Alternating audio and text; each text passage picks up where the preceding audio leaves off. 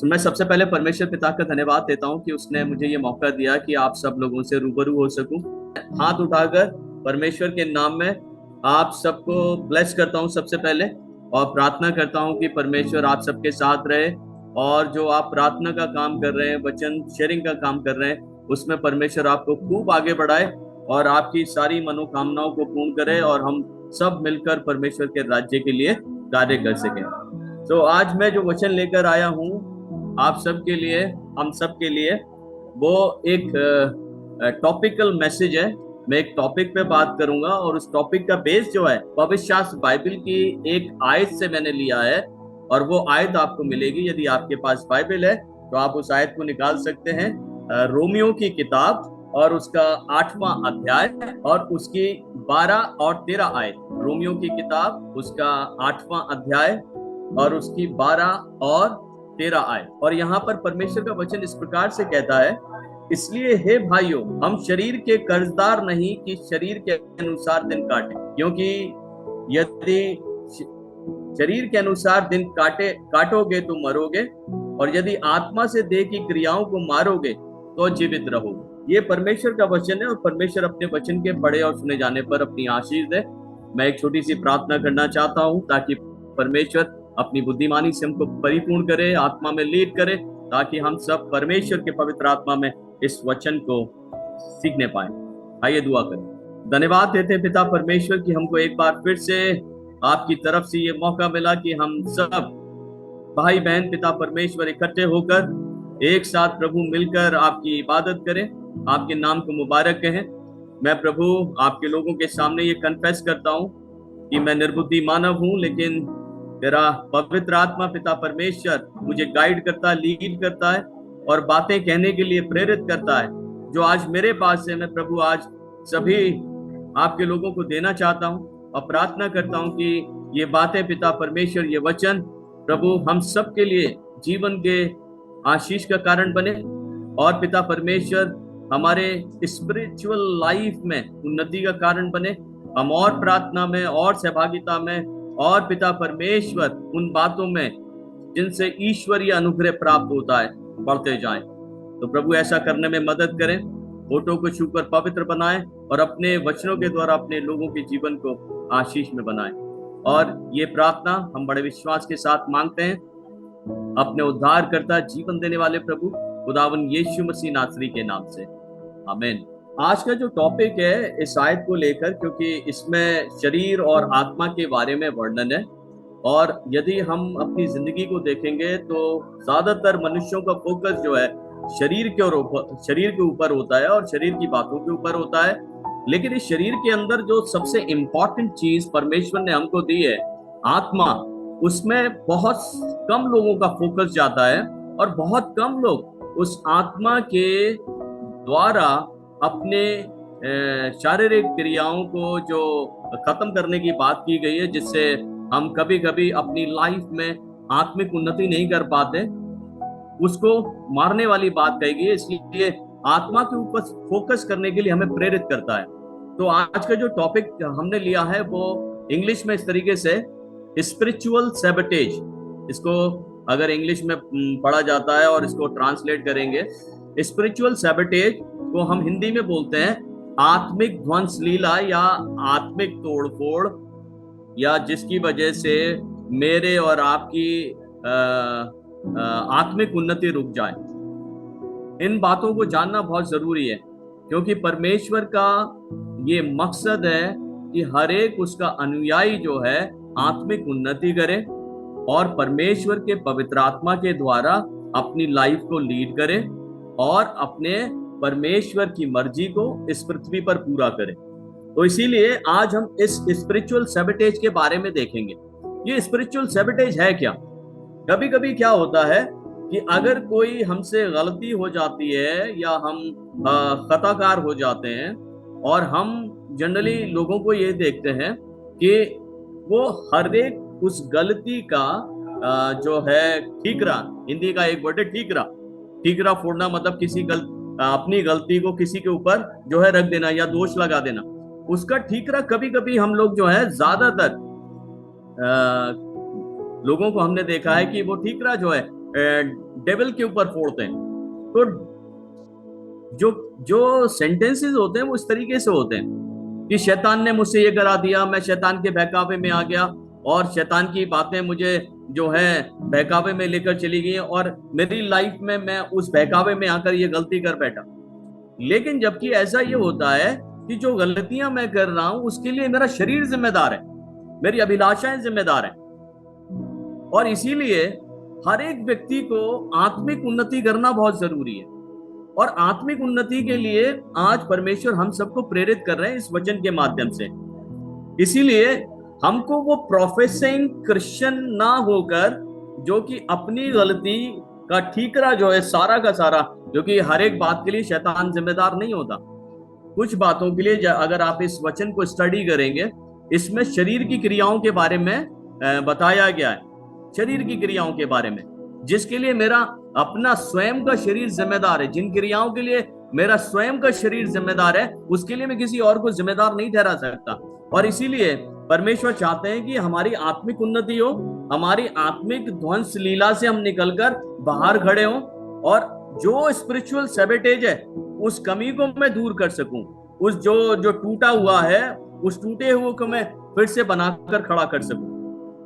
अभी हम कुछ टाइम के लिए जो स्पिरिचुअल सैबोटेज है या आत्मिक ध्वंस लीला है उसके बारे में जानने की कोशिश करेंगे।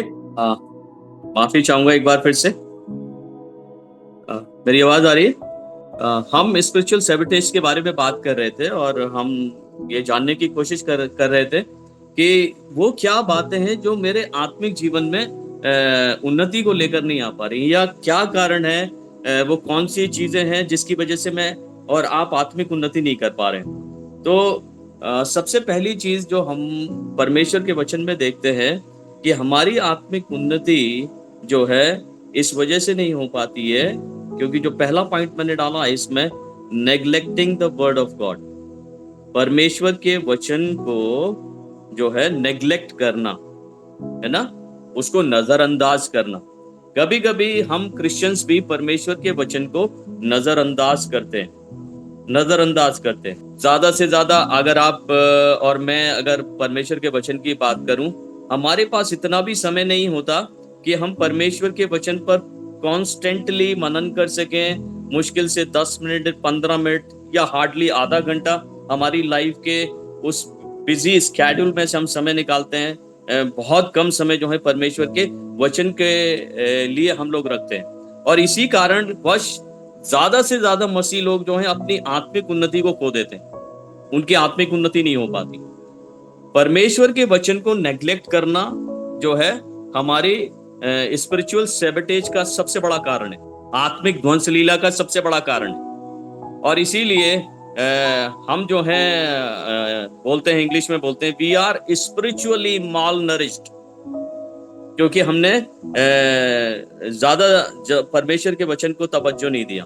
माल नरिश्ड का मतलब होता है हिंदी में कुपोषित, कुपोषित।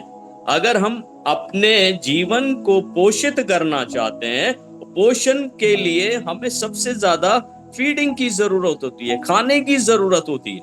और अगर हम खाना ही नहीं खाएंगे तो हमारा शरीर, अगर हम फिजिकली भी देखें, अगर हम खाना खाना छोड़ देंगे या कम खाना खाएंगे तो एक कंडीशन ऐसी आएगी कि हम कुपोषित हो जाएंगे, माल नरिश्ड हो जाएंगे। ऐसा ही हमारी स्पिरिचुअल लाइफ के साथ है। अगर हम परमेश्वर के वचन को नेग्लेक्ट करते रहेंगे, उस पर ज्यादा ध्यान नहीं देंगे, उसको ज्यादा अपने अंदर जो है लेने की कोशिश नहीं करेंगे, तो हम स्पिरिचुअली माल नरिश्ड हो जाएंगे। कभी कभी हम जो है इस बात को लेके चलते हैं। मैं आपको परमेश्वर की आत्मा में एक बात कहना चाहता हूं। परमेश्वर ने हमें ये प्रॉमिस नहीं किया कि वो हमारी ओपिनियन को ब्लेस करेगा। परमेश्वर ने हमें ये प्रॉमिस नहीं किया कि वो हमारी फीलिंग्स को ब्लेस करेगा। परमेश्वर ने हमें ये प्रॉमिस नहीं किया कि वो हमारे अफर्मेशन को ब्लेस करेगा। हमारी फीलिंग, इमोशन, अफर्मेशंस को परमेश्वर ने ब्लेस करने के लिए नहीं बोला है।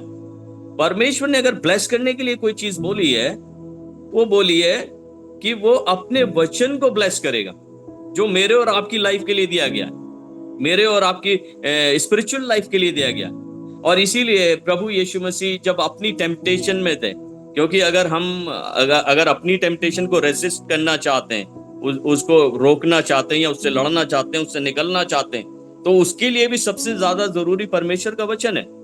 और प्रभु यीशु मसीह ने स्पष्टली, अगर मत्ती की इंजील उसके 4th चैप्टर को और उसकी 4th वर्स को अगर हम देखेंगे, वहां पे यीशु मसीह ने स्पष्ट ये बात कही है कि man shall not live by only bread but every word that comes out of the mouth of God. मतलब मनुष्य केवल रोटी ही से नहीं जीवित रहेगा, वरन परमेश्वर के हर एक उस वचन से जो उसके मुख से निकलता है जीवित रहेगा। तो इसका अर्थ यह है कि परमेश्वर अपने वचन को जो है ब्लेस करता है। हमारे अफर्मेशंस को, हमारी फीलिंग्स को, हमारी ओपिनियंस को परमेश्वर ब्लेस नहीं करता। अगर मैं ओपिनियन दे दूं खड़े होकर और उस ओपिनियन के ऊपर खड़ा ना उतरूं, ये भी गलत है। अगर मेरी फीलिंग्स कह रही है और मैं अपनी फीलिंग्स के साथ जो परमेश्वर से कनेक्ट करती है मुझे, अगर उस फीलिंग्स के साथ भी मैं ट्रू नहीं हूं, तो परमेश्वर उस फीलिंग को ब्लेस नहीं करने वाला। अगर मैं पुष्टि कर दूं किसी बात के लिए पुष्टि, और अपने पुष्टिकरण में मैं खरा ना उतरूं, तो ये समझ लेना परमेश्वर उस पुष्टिकरण को भी ब्लेस नहीं करेगा। और ये होता इसलिए है क्योंकि हम जो है मसीह लोगों का जो सही दायरा है, उस सही दायरे में अपने आप को बढ़ाना बहुत जरूरी है। और इसीलिए सबसे मुख्य और अहम कारण जिसको मैं मानता हूं आत्मिक ध्वंस लीला का, वो परमेश्वर के वचन को नेग्लेक्ट करना। तो जितना ज्यादा हो सके, जितना बेहतर हो सके, परमेश्वर के वचन को 24 आवर्स में जितना भी आप मेडिटेट कर सकते हैं, जितना भी आप अपने हृदय में ले सकते हैं, अपने जीवन में ले सकते हैं, उसे लेने के लिए जरूर कोशिश करें, ताकि परमेश्वर उस वचन के द्वारा अपने लोगों के जीवन को आशीष में बना सके। तो पहला कारण है स्पिरिचुअल सैबोटेज का, neglecting the word of God. दूसरे कारण पे जाते हैं, क्योंकि दूसरे कारण पे जाने से पहले मैं एक बाइबल वर्स और देना चाहता हूं जिस पे ये परमेश्वर जो है पूरी तरीके से इस बात की पुष्टि करते हैं कि उसके लिए उसका वचन जो है बहुत मायने रखता है। अगर आप देखेंगे जोशुआ उसका 1st चैप्टर और उसकी 8th वर्स को, वहां पर परमेश्वर ने जोशुआ से कहा, और वो जोशुआ से ये कहता है कि व्यवस्था की ये पुस्तक तेरे चित्त से कभी ना उतरने पाए। सिंपल, उसका हिदायत है जोशुआ के लिए, जिसको वो चुन रहा है, जिसको वो लीडर बना रहा है ना, उसके लिए वो हिदायत दे रहा है कि व्यवस्था की ये पुस्तक तेरे चित्त से कभी ना उतरने पाए, और इस पर तू दिन रात ध्यान करना, ना तो इसके दाहिने तरफ जाना, ना इससे बाएं मुड़ना, ना इससे दाहिने मुड़ना, है ना। इसी पर मनन करना। तेरा मेडिटेशन यही है, तेरा फीडिंग यही है, तेरा लीडिंग का विषय यही है। तुझे यहां से लीडिंग मिलेगी, तुझे यहां से सामर्थ मिलेगी, और उसके साथ वो कहता है तब तू प्रभावशाली होगा। तो प्रभाव कब छूटता है? जब हम ज्यादा से ज्यादा परमेश्वर के वचन पर मेडिटेट करते हैं। और इसीलिए जब डेविड अपने साम को लिख रहा था, उसने जब हम साम को पढ़ते हैं और पहले ही साम को अगर हम पढ़ें, तो वहां पर परमेश्वर के वचन में स्पष्ट लिखा हुआ है, और वहां पे लिखा हुआ है कि क्या ही मुबारक है वे व्यक्ति जो दुष्टों की युक्ति पर नहीं चलता, ना पापियों के मार्ग में खड़ा होता है, ना ठट्टा करने वालों की मंडली में बैठता है, परंतु वो तो यहोवा की व्यवस्था से, यानी ये वचन जो है डेकोरेटिव पीस नहीं है, ये डेकोरेशन का पीस नहीं है, ये तो पढ़ने के लिए, मनन करने के लिए। और वहां पे वो सामिस्ट कहता है कि मुबारक वो व्यक्ति है, वो तो यहोवा की व्यवस्था से प्रसन्न रहता है, यहोवा की व्यवस्था से, और उसी पर दिन रात ध्यान करता है, और ऐसा करने के बाद उसके कार्य सफल होते हैं। तो परमेश्वर का वचन जब हम अपनी लाइफ में नेग्लेक्ट करेंगे, तो ये समझ लेना कभी भी स्पिरिचुअल ग्रोथ नहीं होने वाली, स्पिरिचुअल सैबोटेज बना ही रहेगा, आत्मिक ध्वंस लीला बनी ही रहेगी। और इसीलिए अब मैं ये डिसाइड करूं कि परमेश्वर के वचन को ना पढ़ना, उसके लिए शैतान जिम्मेदार है या मेरा शरीर जिम्मेदार है ना।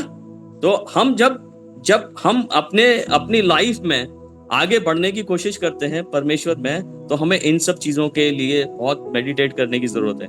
अभी सेकंड चीज मैं इस विषय पे कहना चाहता हूं। सेकंड पॉइंट मेरा है कि स्पिरिचुअल सैबोटेज जो बना हुआ है, वो स्पिरिचुअल सैबोटेज प्रेयरलेसनेस की वजह से भी है।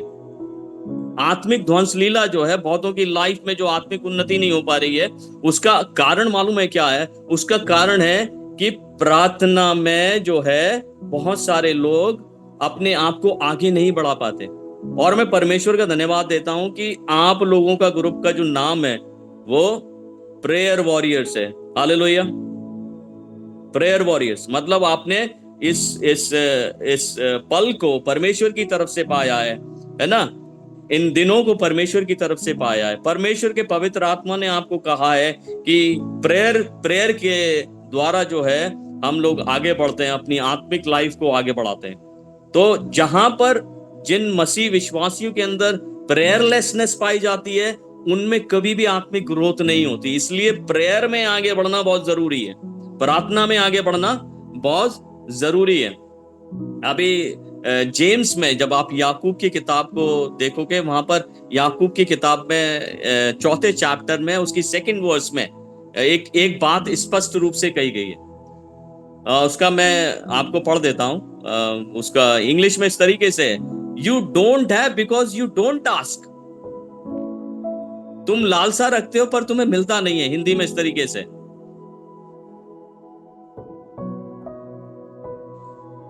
आज आप देखिए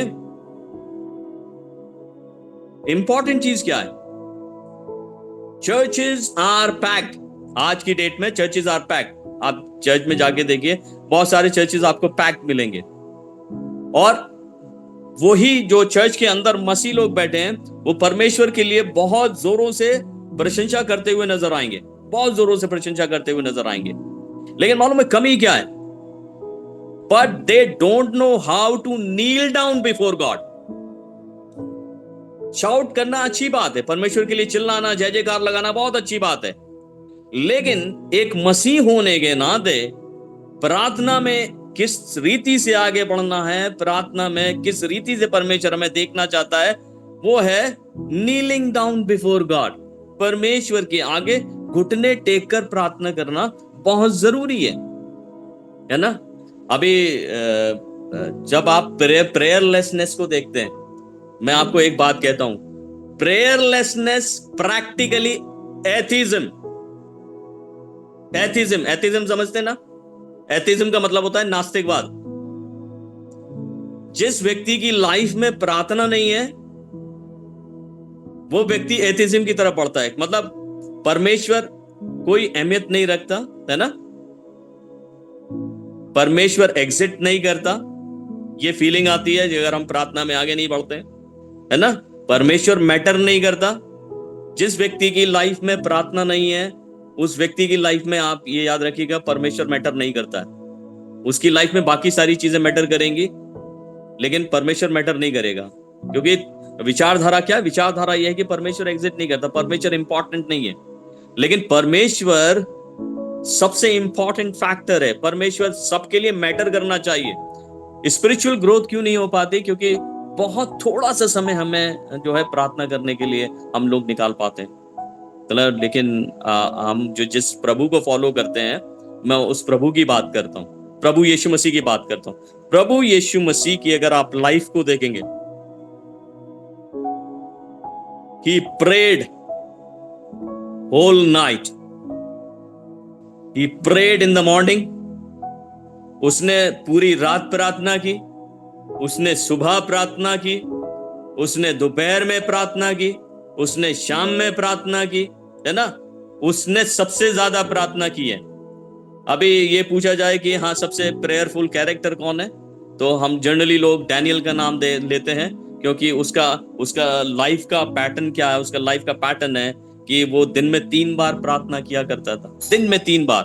लेकिन पर्टिकुलरली जब हम अपने प्रभु को देखते हैं, जिस प्रभु को हम फॉलो करते हैं, अपने बिजी स्केड्यूल में से भी देखिए उसने पूरी मिनिस्ट्री की है, उसने लोगों के बीच में अपना जीवन जिया है। लेकिन सुबह भोर होने से पहले, जब आप बाइबल पढ़ेंगे, गॉस्पेल पढ़ेंगे, सुबह भोर होने से बहुत पहले वो जंगल में चला गया और वहां पे प्रार्थना करने लगा। भीड़ को विदा करने के बाद, 5000 की भीड़ को विदा करने के बाद, है ना, वो सीधा पहाड़ पे गया और प्रार्थना करने लगा। ठीक है, जब आप मरकुस में जाते हैं वहां पे भी लिखा हुआ है, उसने पतरस, याकूब, यूहन्ना को अपने साथ में लिया और वो प्रार्थना करने लग गया, पहाड़ पर ले जाकर प्रार्थना करने लग गया। तो जिस प्रभु को हम फॉलो कर रहे हैं, उस प्रभु ने अपने जीवन को संपूर्ण रीति से प्रार्थनापूर्ण जीवन बना के रखा है और उस स्पिरिचुअल सैबोटेज को आने नहीं दिया है। जबकि हम मसीह विश्वासियों के लिए क्या जरूरी है, हम मसीह विश्वासियों के लिए अगर हम आत्मिक रूप से तरक्की करना चाहते हैं, वचन सबसे पहले है, उस पर मेडिटेशन पहले है, उसको ज्यादा से ज्यादा अपने अंदर लेना बहुत जरूरी है, और साथ ही साथ परमेश्वर के वचन के साथ साथ प्रार्थना करना भी बहुत जरूरी है। घुटनों पर आकर प्रार्थना करना बहुत जरूरी है। ठीक है, ये इंपॉर्टेंट चीजें हैं। अगर हम नेग्लेक्ट करते हैं परमेश्वर के वचन को, स्पिरिचुअल सैबोटेज बना रहेगा। अगर प्रार्थनापूर्ण जीवन नहीं बिताते हैं, स्पिरिचुअल सैबोटेज बना रहेगा। मैं परमेश्वर की आत्मा में इस बात को बोल रहा हूं, हम आत्मिक तरक्की नहीं कर पाएंगे। तीसरा जो कारण है, सबसे अहम हिस्सा मैं बताने वाला हूं, ये है tolerating sin instead of killing it. Tolerating sin instead of killing it मतलब हम पाप को टॉलरेट करने लग गए हैं, जबकि उस पाप को हमें मारना चाहिए। हम पाप को किल नहीं करते हैं। अभी जो वचन पढ़ा गया, मतलब आत्मा से देह की क्रियाओं को मारना है, तो हम मार कहां रहे हैं? मार तो नहीं रहे, हम पाप को टॉलरेट कर रहे हैं। अपनी लाइफ में हम पाप को टॉलरेट करते हैं, लेकिन मार नहीं पाते। और जब तक हम पाप को मारेंगे नहीं, मैं इस बात को कह रहा हूं परमेश्वर की आत्मा में, ये आत्मिक ध्वंस लीला बनी रहेगी। पाप को मारना बहुत जरूरी है, अपने अंदर से पाप को मारना बहुत जरूरी है। ठीक है, अगर हम आज की डेट में देखें तो हमने जो है सिर्फ नाम चेंज कर दिए, नाम चेंज कर दिए। सिंपल, अगर नाम चेंज कर दिए, कुछ एग्जाम्पल मैं आपके सामने देता हूं। Pride has become confidence. बहुत लोगों के लिए प्राइड कॉन्फिडेंस का हिस्सा हो गया, उसको हमने नाम दे दिया है, और बहुत सारे लोगों ने नाम दे दिया है ये कॉन्फिडेंस है। ठीक है, जबकि प्राइड एक सिन है, घमंड एक सिन है। उस घमंड को क्या करना है? उस घमंड को किल करना है।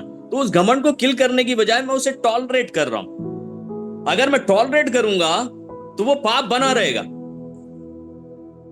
और जब तक पाप बना रहेगा, स्पिरिचुअल सैबोटेज बना रहेगा। अभी जनरली हम जब आपस में कभी एक दूसरे से मन मुटाव हो जाता है, तो एक फीलिंग है जिसको हम कहते हैं बिटरनेस। और बिटरनेस जो है, पूरी तरीके से उसको नाम दिया गया है, ये एक बाउंड्रीज है। Bitterness has become as boundaries. तो मतलब हम क्या करते हैं? दूरी बना लेते हैं, दूरी बना लेते हैं। अभी दूरी बनाना, बिटरनेस को किल ना करना, बिटरनेस बनी हुई है, पाप बना हुआ है। ठीक है, तो फिर कैसे आगे बढ़ेंगे स्पिरिचुअली हम आगे नहीं बढ़ सकते। तो सबसे इंपॉर्टेंट चीज क्या है? इंपॉर्टेंट चीज ये है लाइफ में, जहां पर भी लगता है मेरे हृदय में किसी के प्रति बिटरनेस है, कड़वाहट है, खत्म करें उस कड़वाहट को, मारें, उसी वक्त मारें पूरी तरीके से, तब स्पिरिचुअल ग्रोथ होगा। अगर घमंड पाया जाता है, उस घमंड को उसी वक्त में मारें, उसी वक्त में खत्म करें, तब जो है स्पिरिचुअली हम लोग ग्रो कर पाएंगे। ये इंपॉर्टेंट है ना। अभी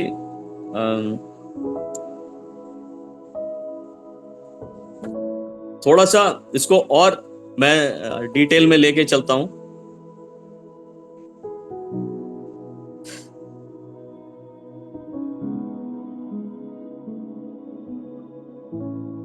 एक पॉइंट आता है जो मोस्टली हम सब फेस करते हैं, एक्सटर्नल ऑपोजिशन फ्रॉम इंडिविजुअल और सर्कमस्टेंसेस।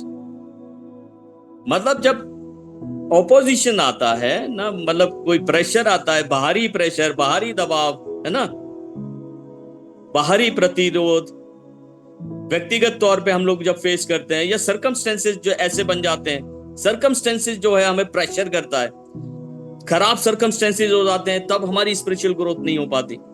हम पूरी तरीके से जो आत्मिकता हमारी लाइफ में होनी चाहिए, उस आत्मिकता को धीरे धीरे हम खोने लग जाते हैं। तो कभी कभी ऐसा होता है कि जो बाहरी दबाव है हम पर इतना प्रेशर डालते हैं कि हमारी स्पिरिचुअल ग्रोथ नहीं होने देते।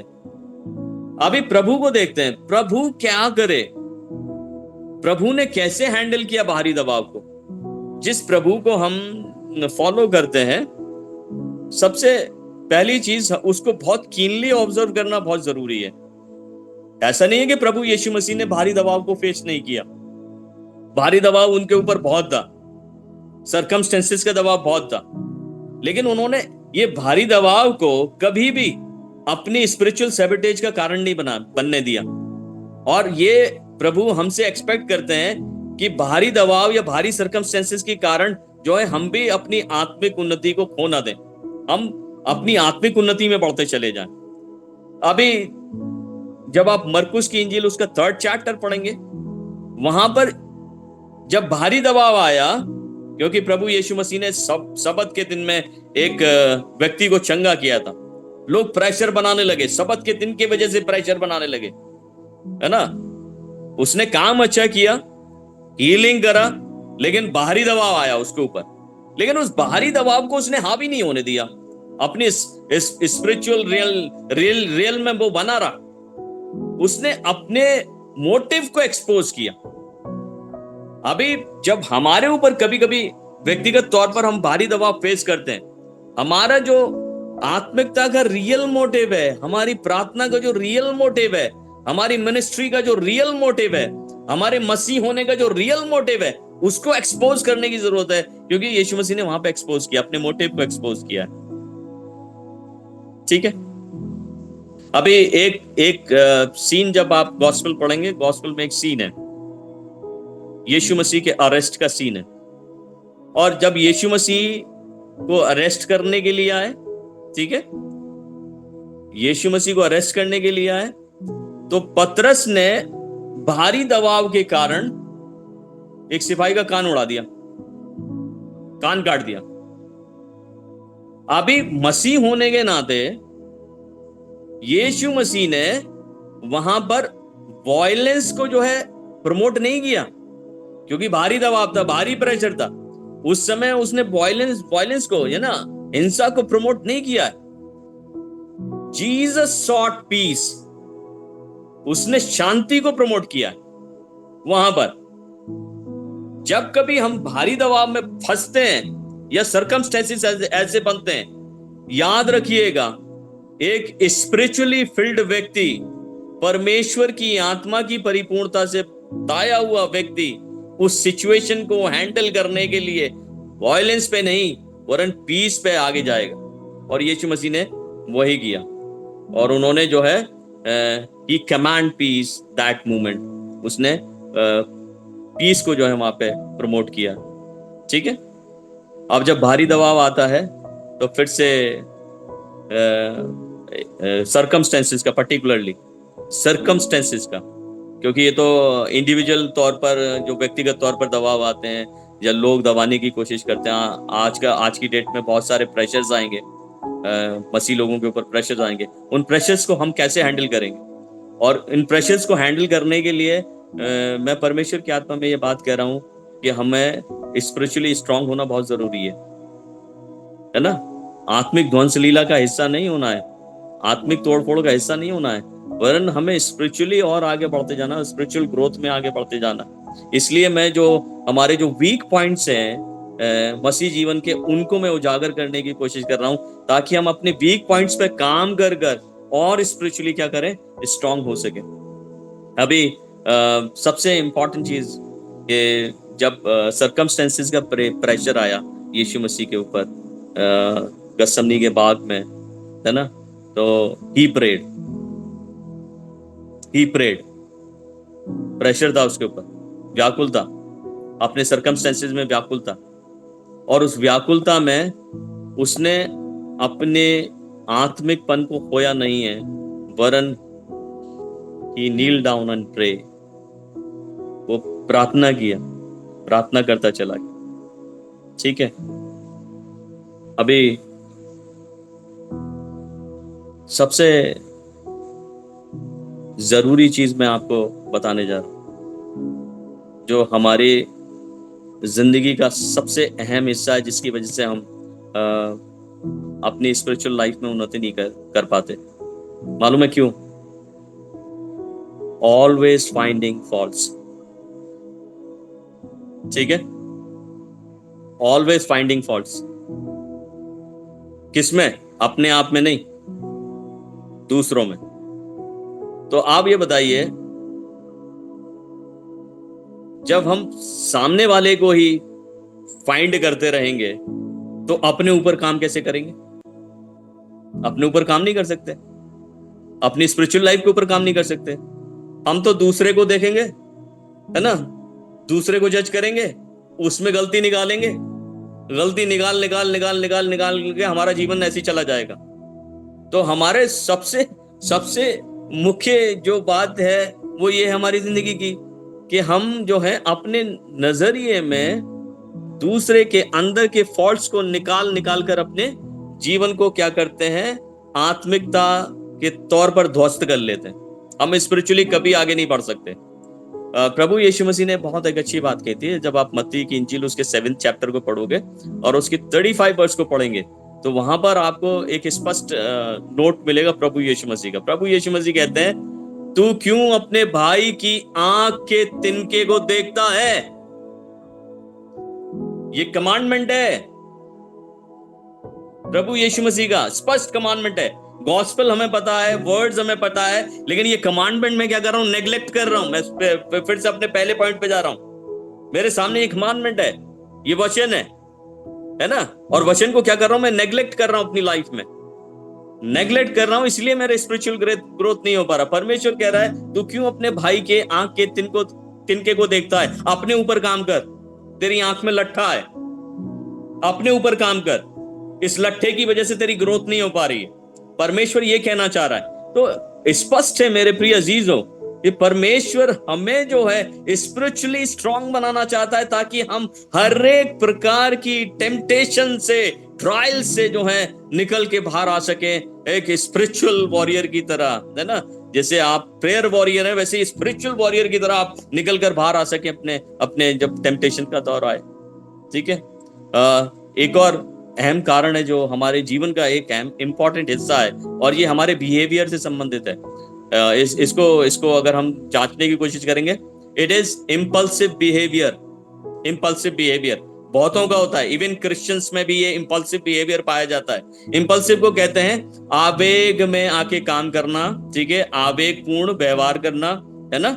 इम्पल्सिव बिहेवियर बिना विचार के सहसा काम करने वाला व्यक्ति होता है ना। इसको बोलते हैं कि विचारा नहीं, सोचा नहीं, ठीक है, इम्पल्सिव बिहेवियर।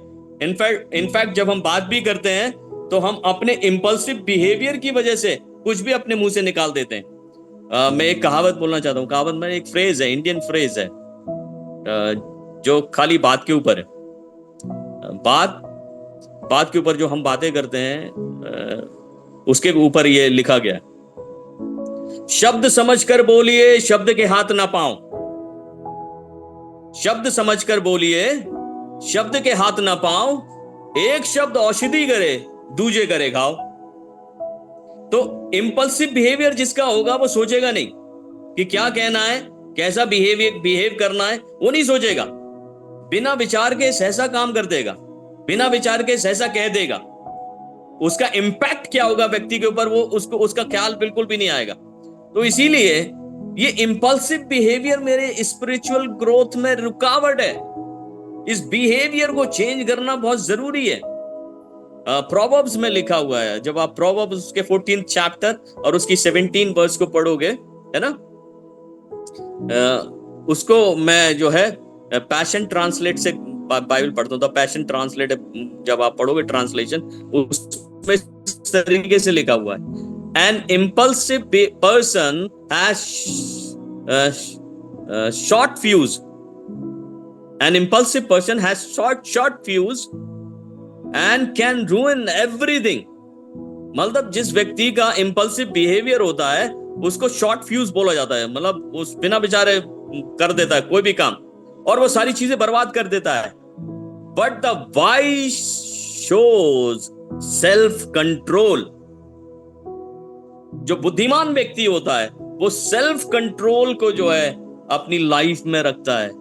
तो अब हम डिसाइड कर लें, अगर मैं स्पिरिचुअली ग्रोथ में आगे जाना चाहता हूं तो इम्पल्सिव बिहेवियर लेना है या वाइज कंट्रोल रखना है अपनी लाइफ में। इंपॉर्टेंट है मेरे प्रिय अजीजों। तो ये इम्पल्सिव बिहेवियर की वजह से मैं कभी भी स्पिरिचुअली ग्रो नहीं कर पाऊंगा।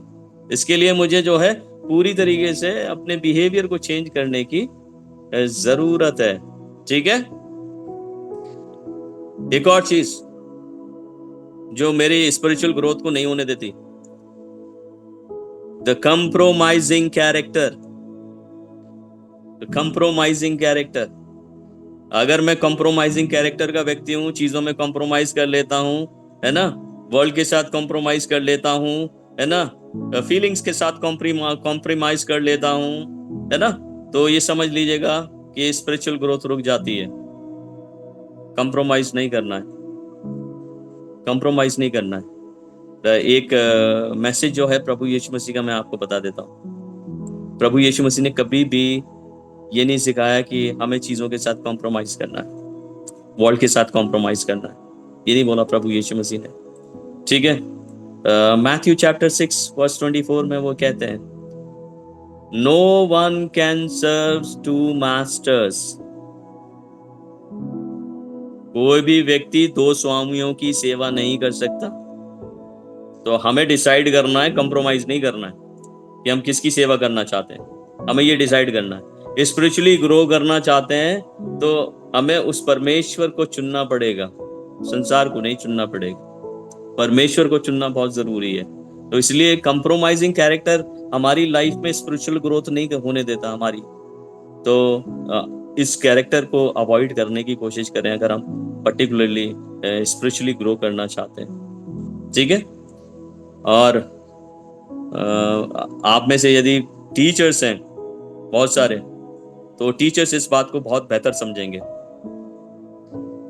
कोई भी ऐसा कैरेक्टर जिसको सिखाया ना जा सके उसकी कभी भी कोई भी ग्रोथ नहीं हो सकती। इसको बोलते हैं अनटीचेबल कैरेक्टर। अगर मेरा और आपका अनटीचेबल कैरेक्टर है तो मैं कभी भी स्पिरिचुअली ग्रो नहीं कर पाऊंगा। अगर किसी भी मसीह भाई बहन का अनटीचेबल कैरेक्टर है वो कभी भी स्पिरिचुअली ग्रो नहीं कर पाए। इसलिए बहुत इंपॉर्टेंट है, क्योंकि व्यक्ति वो ही ग्रो करता है जो सीखने की ललक रखता हो, जो बढ़ने की ललक रखता हो, है ना। तो इसीलिए एक टीचेबल कैरेक्टर जो है आगे बढ़ता है, उसकी ग्रोथ होती है। अनटीचेबल को आप जितना भी सिखाओ, जितना भी सिखाओ, वो सीखने का नहीं है, सीखने का नहीं है। इसीलिए आप प्रोवर्ब्स पढ़िए, उसके 26वें चैप्टर में उसके 12वें पद में ये लिखा हुआ है। मैं पढ़ देता हूं इसको इंग्लिश में इस तरीके से। Do you see a man, bracket में लिखा हुआ है, हु इज अनटीचेबल, इंग्लिश में लिखा हुआ है, do you see a man who is untouchable, wise in his own eyes and full of self conceit। ठीक है। आपने एक ऐसे व्यक्ति को देखा है जो अपनी ही दृष्टि में क्या हो, बुद्धिमान हो, है ना, और फुल ऑफ सेल्फ कंसीट, मतलब कंसीट का मतलब होता है घमंड से भरा हुआ।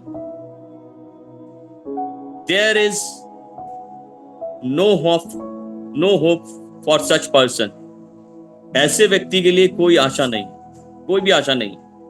तो इसलिए एक टीचेबल कैरेक्टर जब हम अपने अंदर रखते हैं तब हमारी स्पिरिचुअल ग्रोथ हो पाती है, तब हम स्पिरिचुअली स्ट्रांग बन पाते हैं। इसलिए जो है हमको अगर प्रभु में आगे बढ़ना है तो इन सारी बातों का ख्याल रखना पड़ेगा, इंपॉर्टेंट है। ठीक है। और इन सारी बातों को पूरा करने के लिए अगर हम स्पिरिचुअली ग्रो करना चाहते हैं, याद रखें क्या ये नोट है, जिसको हम अपनी लाइफ का हिस्सा बना सकते हैं, जिससे कि हमारा स्पिरिचुअल ग्रोथ हो सके। Spiritual growth demands spiritual discipline. आत्मिक ग्रोथ जो है तभी होती है जब हम आत्मिक अनुशासित होते हैं। अगर हम आत्मिक अनुशासित नहीं है तो समझ लीजिएगा आत्मिक ग्रोथ भी नहीं है। ठीक है, आत्मिक ग्रोथ भी नहीं है। तो अब कैसा कैसे कैसे आगे बढ़ना चाहते हैं, मैं आपको बताता हूं। क्रिश्चियन लाइफ कभी भी फीलिंग्स के ऊपर नहीं चलती है। क्रिश्चियन लाइफ कभी भी हम फीलिंग से ज्यादा आगे नहीं बढ़ सकते। अगर हम अपनी फीलिंग के साथ अपनी क्रिश्चियन लाइफ को आगे बढ़ाते हैं, our walk with God will collapse. Christian life जो आगे बढ़नी चाहिए है ना, वो फेथ के साथ आगे बढ़नी चाहिए, विश्वास के साथ आगे बढ़ती है।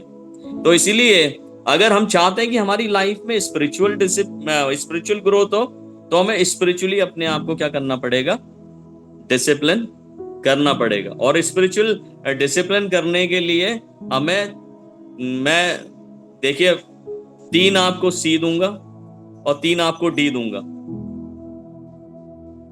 जिससे आपको तय करना है, ठीक है, कि हमारा वॉक कैसा है जब हम चेक करने बैठते हैं। ठीक है, तो अभी हम अपनी वॉक को चेक करने के लिए सबसे पहले याद रखिएगा, 3 डी याद रखिएगा, कि अगर कभी किसी मोड़ पर अगर आपको ऐसा लगे कि आपका परमेश्वर के साथ में वॉक जो है ड्राई है, डिस्टेंट है और डिफीटेड है।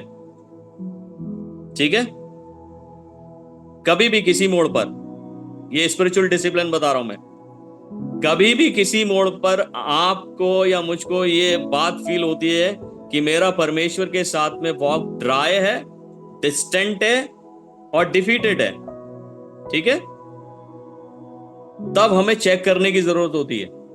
3 चीजें चेक करने की जरूरत होती है। फिर से 3 डी दे रहा हूं।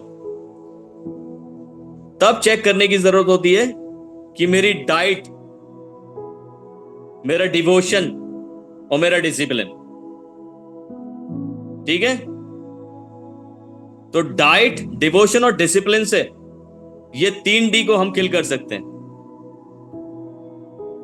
तब हमारी वॉक जो है परमेश्वर में सही हो पाएगी और हम स्पिरिचुअली आगे बढ़ पाएंगे। तो start digging in the word of God.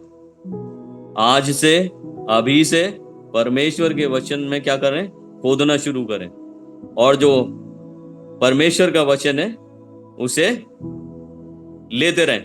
कभी कभी हम क्या करते हैं, हम रिवाइवल का वेट करते हैं। Don't wait for the revival. Revival का वेट नहीं करना है ना, just kneel down and pray. Revival अपने आप परमेश्वर आपको देगा। नील डाउन एंड प्रे, परमेश्वर आपको पूरी तरीके से रिवाइव कर देगा, है ना। And finally carry your cross daily. अपने क्रॉस को डेली उठाकर चले, ताकि परमेश्वर के अनुग्रह में बढ़ते चले जाए।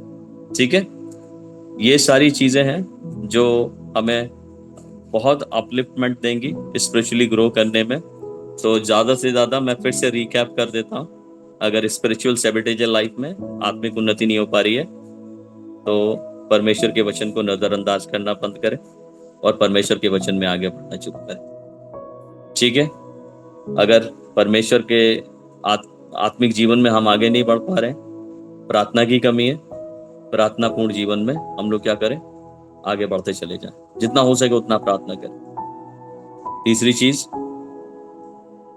अगर हमें मालूम है कि ये मेरे अंदर का पाप है, मेरे अंदर की कमी है, जिसकी वजह से मैं स्पिरिचुअली नहीं बढ़ पा रहा हूँ, उस पाप को वहीं पर खत्म करने की कोशिश करें। उसे आगे बढ़ाने की जरूरत नहीं है, उसे वहीं खत्म करने की कोशिश करें। आत्मिक उन्नति में हम बढ़ते चले जाएंगे। अगर कोई भारी ऑपोजिशन आती है, तो याद रखें हमारे प्रभु ने किस तरीके से हैंडल किया। अपने मोटिव्स को एक्सपोज करें, शांति को अपने जीवन में प्रमोट करें, और साथ ही साथ अप्लाइड द स्क्रिप्चर। जब भी सिचुएशंस आती हैं, सर्कमस्टेंसेस बनते हैं, अप्लाइड द स्क्रिप्चर को अप्लाइड करें, क्योंकि यीशु मसीह ने स्क्रिप्चर अप्लाइड किए बाहरी अपोजिशंस के लिए भी, है ना। और उसने प्रार्थना को नहीं छोड़ा है अपोजिशन। साथ ही साथ हमेशा अपने अंदर की कमियों को मिटाने की कोशिश करें, ना कि बाहरी दूसरे दूसरे व्यक्तियों की कमी पर हम फोकस करें। अपने अंदर की कमियों को जब हम मिटाएंगे तभी हम स्पिरिचुअली आगे बढ़ पाएंगे। और अपने बिहेवियर, अपने कॉम्प्रोमाइजिंग कैरेक्टर के ऊपर काम करें, अनटीचेबल कैरेक्टर के ऊपर काम करें, ताकि हम परमेश्वर में और अधिकाई से स्पिरिचुअली ग्रो करें। सो मैं परमेश्वर की आत्मा में आप सबको ब्लेस करता हूँ और प्रार्थना करता हूँ कि as a team, as a prayer warrior, आप सब, मेरा ये दिली तमन्ना है, मैं आपको ब्लेस कर रहा हूँ प्रभु यीशु नासरी के नाम में। आप सब ऐसे ही परमेश्वर के वचन में आगे बढ़ें और ऐसे ही प्रार्थना पूर्ण जीवन व्यतीत करते रहें और एक दूसरे को प्रार्थना में एनकरेज करते रहें। सो मैं ब्लेसिंग देता हूँ स्पेशली सिस्टर नेहा को, उनके फैमिली को। भाई स्टीफन है, भाई स्टीफन आपको भी ब्लेसिंग देता हूँ। परमेश्वर में आप बहुत अच्छा काम कर रहे हैं और आप सब जो जुड़े हैं एक साथ, मैं आप सबको भी प्रभु यीशु के नाम में बहुतायत के अनुग्रह में देखना चाहता हूँ और करता हूँ कि परमेश्वर आप सबके ऊपर जो है अपना अनुग्रह बना के रखे और आप प्रभु में ऐसे ही स्पिरिचुअली ग्रो करते चले जाएं। तो जो छोटी छोटी कमियां हैं उन पर हम काम करते रहेंगे और अगर कभी मेरी सहायता की जरूरत पड़े तो feel free to call me and feel free to meet me any time. मैं आपके लिए प्रार्थना करने के लिए हमेशा तैयार हूँ। God bless you. प्रभु का धन्यवाद हो इस सुंदर समय के लिए। हम परमेश्वर का धन्यवाद देते हैं और इस सुंदर संगति के लिए, हमारे पास्टर जी के लिए, पास्टर दिनेश के लिए हम बहुत बहुत धन्यवाद करते हैं। हम काफी समय से वेट कर रहे थे उनका कि वो कब हमें अपनी डेट्स देंगे, लेकिन खुदा ने ये मौका दिया और प्रभु ने भेजा कि हम सुंदर वचनों के द्वारा परमेश्वर के वचन को सुनकर हम अपने जीवन को जांच सकें और करेक्शन कर सकें। तो भैया बहुत, पास्टर जी बहुत आशीष हम सबको मिली है आज आपके वचन से। सच में हम वचन के भूखे और प्यासे होने चाहिए और वो वचन हमें मिलना चाहिए, जिसकी हम उम्मीद करते हैं वो हमें मिलना चाहिए। क्योंकि वचन के ज्ञान ना होने की वजह से, जैसा कि अभी सिस्टर ने बोला था, कि हमारी प्रजा नाश हो रही है, क्योंकि हमें वचन नहीं मिलता ठीक से और हम ग्रो नहीं कर पाते। इसीलिए तो हमें सही वचन मिलेगा तो हम सही ग्रो भी करेंगे ना। तो हम आपका बहुत बहुत धन्यवाद देते हैं, बहुत धन्यवाद देते हैं। हम दिल से आपके आभारी हैं कि परमेश्वर ने एक बड़ी योजना के तहत आपको प्रभु हमारे बीच में लेकर आया है और शायद प्रभु की एक बड़ी योजना है। जो चीजें बंद थी, जो चीजें ठीक नहीं थी, प्रभु आगे आने वाले समय में उन्हें ठीक करेगा।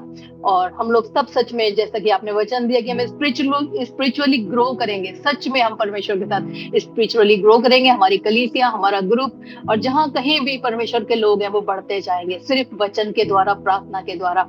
हम परमेश्वर का बहुत धन्यवाद है, दिल से आभारी हैं। और पास्टर जी आपको, आपकी कलीसिया को और आपके परिवार को हम अपनी दुआओं में याद रखेंगे। प्रभु दोबारा बहुत जल्द आपको हमारे बीच में लेकर आएगा और हम बार बार इतने सुंदर वचन को हम सुन पाएंगे और हमारी कलीसिया और हम सब लोग ब्लेस्ड होंगे। प्रभु का धन्यवाद। हम सब अपनी आंखों को बंद करेंगे और लास्ट प्रेयर में चलेंगे। Thank you Jesus.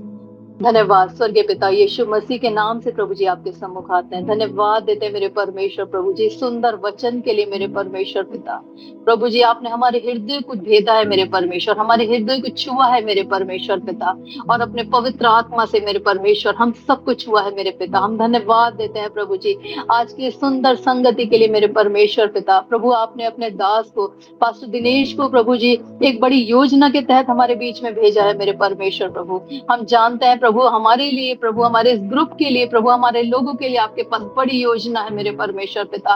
और हम चाहते हैं प्रभु जी कि आपकी योजना, आपकी मर्जी हमारे जीवनों में पूरी होने पाए प्रभु। सचमुच मेरे परमेश्वर पिता, हम जो आत्मिक रूप से मरे हुए हैं प्रभु, क्योंकि हमारे जीवन में वचन की कमी है मेरे परमेश्वर पिता, ओ प्रभु हम पे दया करें मेरे परमेश्वर। हम प्रार्थना करते हैं प्रभु ऐसे दास को प्रभु हमारे बीच में आप लेकर आए मेरे प्रभु, अपने आत्मा से भर कर मेरे परमेश्वर पिता। हम धन्यवाद देते हैं प्रभु जी। हम प्रार्थना करते हैं पास्टर दिनेश के लिए प्रभु, बहुत आशीष दे पिता, भर दे अपने आशीष से, भर दे अपने वचन से, अपने पवित्र आत्मा को डेल दे मेरे परमेश्वर पिता, कि उनके द्वारा बहुत सारे जीवन बचाए जाए, बहुत सारी कलीसियाएं बचाई जाए मेरे परमेश्वर पिता।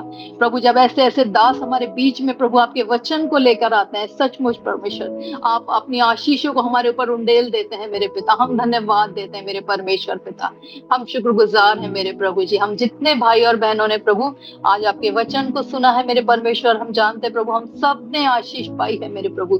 बहुत सारी कमियां हमारे जीवन में है प्रभु जी, बहुत सारी ऐसी चीजें हमारे जीवन में है प्रभु कि हम क्रोध में आकर कुछ भी बोल देते हैं, बिना सोचे समझे कुछ भी बोल देते हैं प्रभु। हम शरीर के अनुसार नहीं प्रभु, हम आत्मा के अनुसार चले प्रभु जी, तो हम मेरे परमेश्वर अनंत जीवन की कटनी काटेंगे, जैसा आपका वचन बताता है मेरे परमेश्वर। जब हम शरीर की क्रियाओं को मारेंगे मेरे परमेश्वर पिता, तब हम आत्मा के अनुसार चल पाएंगे मेरे प्रभु। हम धन्यवाद देते हैं मेरे परमेश्वर पिता, धन्यवाद इस सुंदर वचन के लिए, संगति के लिए, अच्छी प्रेज एंड वर्शिप के लिए पिता। हम धन्यवाद देते हैं जितने भाई बहन जुड़े हैं मेरे परमेश्वर, एक एक पर प्रभु यीशु मसीह आपका आत्मा उंडेले जाए प्रभु जी।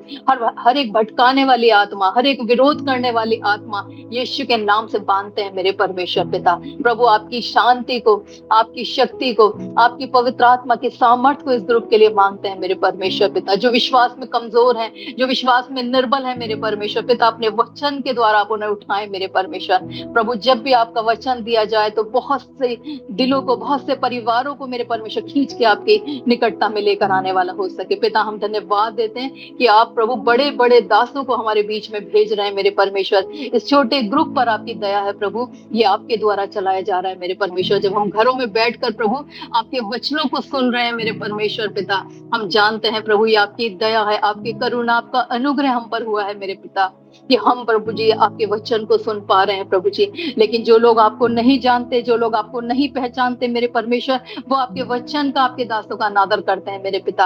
हम प्रार्थना करते हैं प्रभु हम आपके वचन का आदर करें प्रभु, क्योंकि आपने अपने वचन को अपने बड़े नाम से अधिक महत्व दिया है मेरे परमेश्वर पिता, और हमें कितना ज्यादा अधिक महत्व आपके वचन को देना है प्रभु। हमारे जीवनों को प्रार्थना का जीवन बनाए, वचन को पढ़ने का जीवन बनाए, हमें संगति करने का आत्मा दे मेरे परमेश्वर, ताकि हमारी स्पिरिचुअल ग्रोथ दिन ब दिन बढ़ती जाए मेरे परमेश्वर पिता। हम सबको ब्लेस करें, जितने लोग हैं प्रभु हर एक पर आपकी आशीष और आपकी बरकतों को मांगते हैं। आने वाले समय में जो भी प्रीचर को प्रभु आप हमारे लिए लेकर आते हैं पिता, अपना पवित्र आत्मा का अभिषेक दे मेरे परमेश्वर। सब बातों में पिता आपका धन्यवाद देते हैं, सारा आदर, सारा महिमा, सारा गौरव मेरे यीशु आपको देते हैं, और ये प्रार्थना धन्यवाद के साथ प्रभु यीशु मसीह के नाम से मांगते हैं, आमीन। सबको जय मसीह की।